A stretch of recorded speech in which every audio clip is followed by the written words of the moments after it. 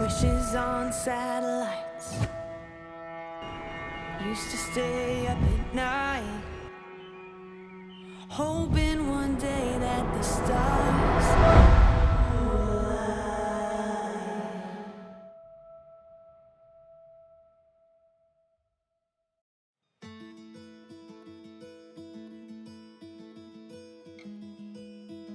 We've all been there.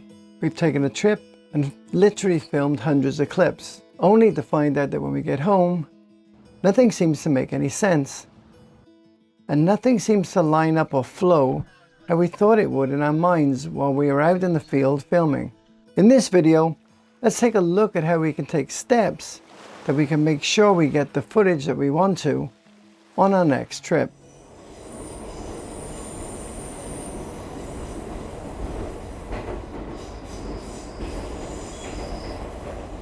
So plan for the environment. What does this actually mean? So before you start filming, ask yourself a question. What kind of places are you visiting? Is it a busy theme park like Disney World or Universal Studios, where there's lots of crowds and constantly movement and everything moves around you really fast? Or maybe a quiet island, where wide establishing shots and slow relaxing movement set the tone. Or a major city, where a large camera setup might draw too much attention. This is why a little pre-tip research makes a big difference. Know what to expect and what you want to film before you leave. Also, think about how you're going to get around. Are you going by plane, metro, train, or bus, for example? That affects what gear you'll realistically want to carry. Will you be carrying a mirrorless camera? Or maybe a phone? Or maybe the Pocket 3 or action camera? Or all of the above?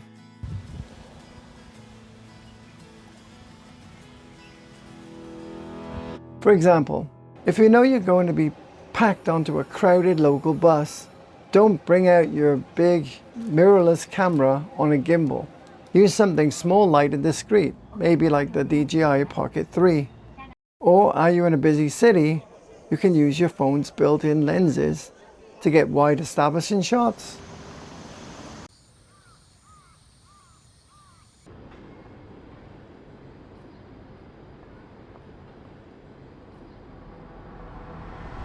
Medium shots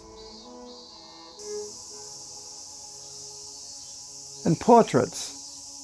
You can also use the telephoto lens to get close-ups of people, food and the environment. It's less intrusive and more versatile than you might think.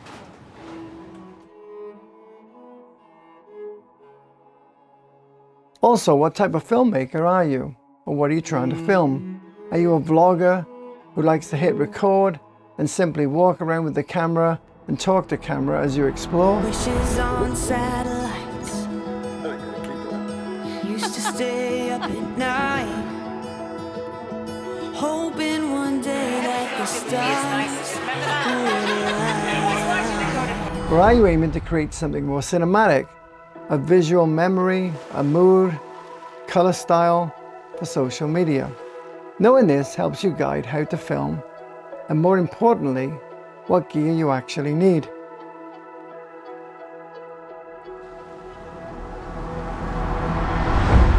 First of all, stop taking too much gear. Sure, a big Sony mirrorless camera gives you amazing footage quality, but it's also heavy, expensive, and a magnet for attention in crowded areas. But with all gear, don't fall into the new gear rabbit hole. There's always going to be a newer phone or camera just around the corner, and it's easy to think, if I just had that new phone or camera, my footage would look that much more cinematic. But here's the truth. It's not all about the gear. A large part of it is about how you use it and if you know how to use it. Learn to get the best out of what you already have. Now, that doesn't mean that if your phone is or camera is 8 years old, you're going to get the same quality as a later model. Simply because the sensors and the technology has moved on so much from 8 years ago. But don't chase that never-ending new model cycle.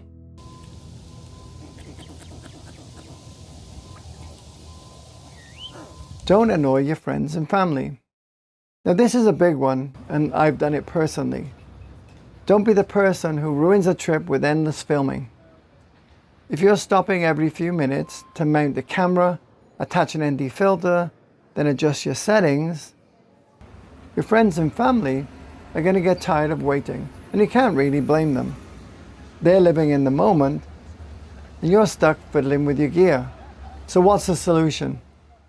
Well, try to plan out your filming times for the day or night. Film your key shots early or late in the morning or the day. The added benefit of this is the light is better at this time, and there are usually less people around. Then put the camera away and enjoy the time with the family and friends. This will save you a lot of headache, and you'll also enjoy the trip a lot more.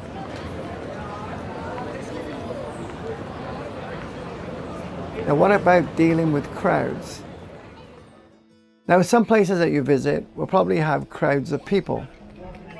But instead of avoiding the people, embrace the crowds. Make them part of your story. They add scale, energy, and life to your footage. Otherwise you'll end up filming everything from awkward angles or just pointing the camera up all the time in an effort not to get the people in the shot. And then every shot is actually the same, and this makes for boring videos. If you really want clean shots with not a lot of people in them, then get up early. Beat the crowds in busy tourist areas by getting up early.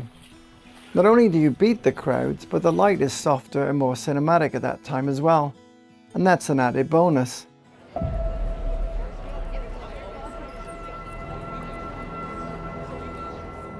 Let's say you're on a bus tour and you get off the bus with everybody else or a cruise ship. Hang back a little bit so you're not moving along with the hundreds of other people moving along like a herd of sheep. Take a minute just at the back to see if there's maybe a side street or another path you can take to use safely to film at other angles and locations.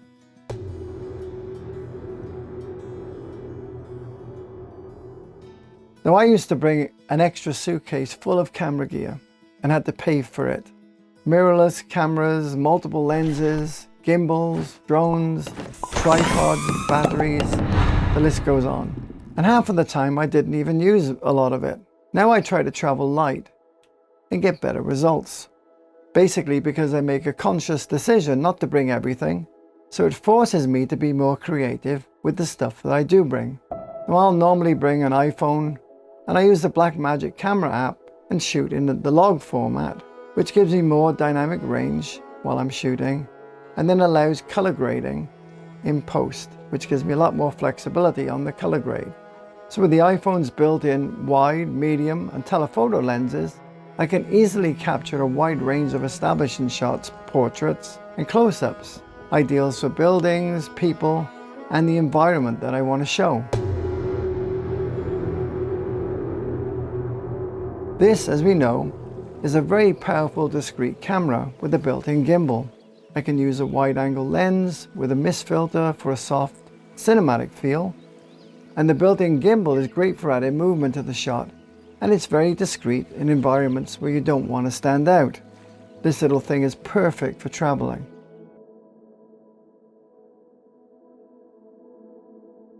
Another thing is ND filters.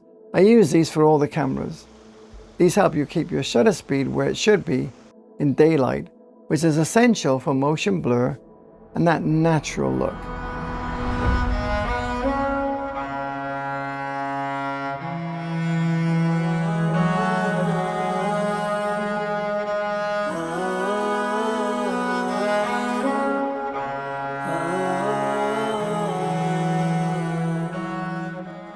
I'll also bring an action camera for action type scenes or underwater shots where other cameras simply can't survive or go.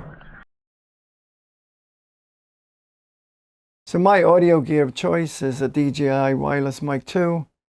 This works with my Sony, iPhone, Pocket 3 and everything else. It records clean audio, even in noisy environments, and even internally records as a backup or collecting Foley sounds later on for sound editing. Now, what about drones? So a drone for me has been a no-go, especially around people. And there's a lot of legal requirements now in most countries that make it not worth it, I think. However, something like the DJI Flip or similar small drone, these can be useful. It's light, quiet, and easy to use, and it's under the legal weight restrictions in most countries. Now, they are great for scenic views and opening establishing shots, especially near places like beaches, the ocean, cliff tops, and things like that to establish the view of where you are. But try to keep them away from people.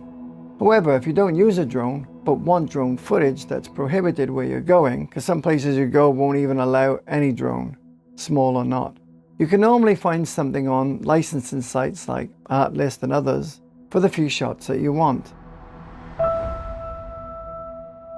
Or I'll simulate a drone shot simply by using the Pocket 3 on a monopod or selfie stick.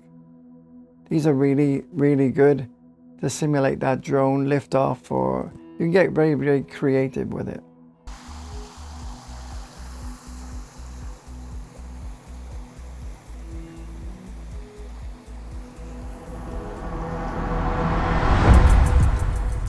This next one here allows you to put your drone on you can get quite large poles nowadays on a monopod and just attach it to it.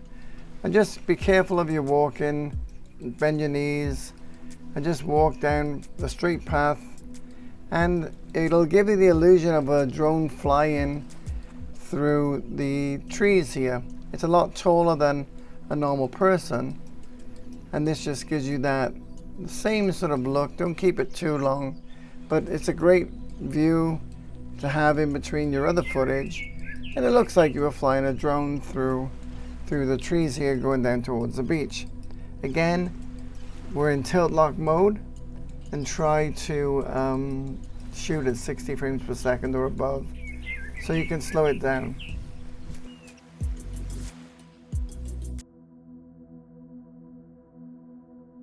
The other thing people ask is, what frame rate do you use?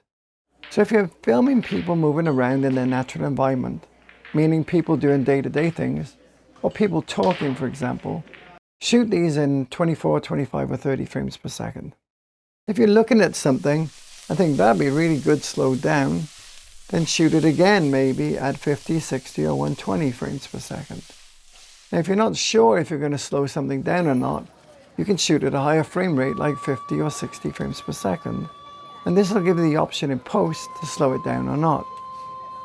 But this is something you need to get a feeling for by practicing it. You know, when you're moving around to a busy market, for example, you might want to get shots of people just doing their day-to-day work, people talking and things like that. And there are other parts of the market where you might want to see someone making something or cooking something on a flame, and you think that'll look great slowed down, so then you could just shoot it again at 60 frames per second, for example. So for final thoughts, travel light. Bring only what you need and only what you know how to use. And most importantly, I think, tip, if you don't get anything else out of this, is practice with your gear before the trip, not during. What a lot of people do, including myself, is I haven't used my camera for about 2 months. I get it out the night before I'm packing, then I'm expecting to use it when I get there. And it just doesn't work. Trying to figure out how to use an app, a camera setting, or mic while you're on vacation is frustrating.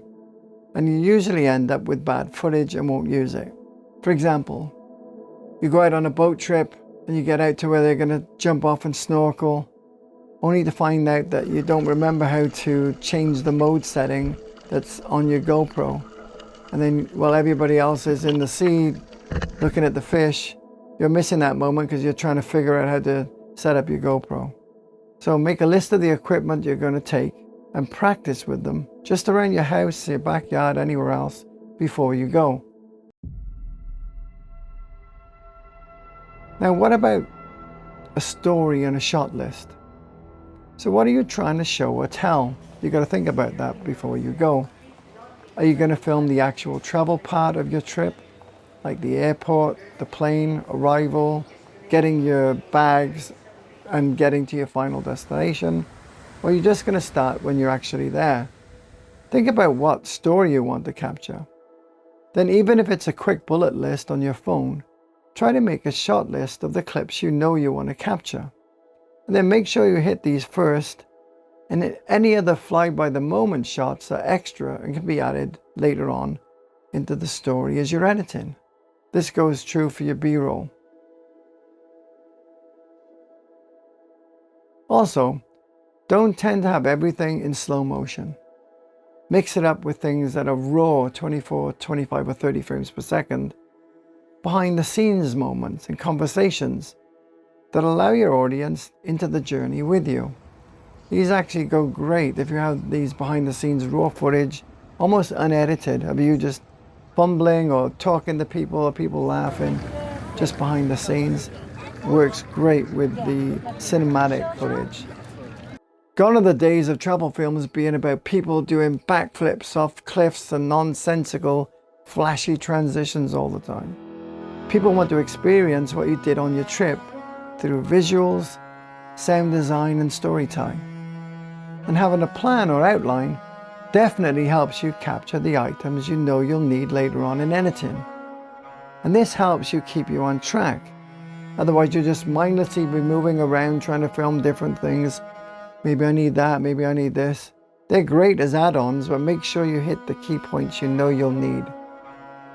And if you don't do this, you'll just come back with hundreds of clips that have no continuity and nothing to hold them together.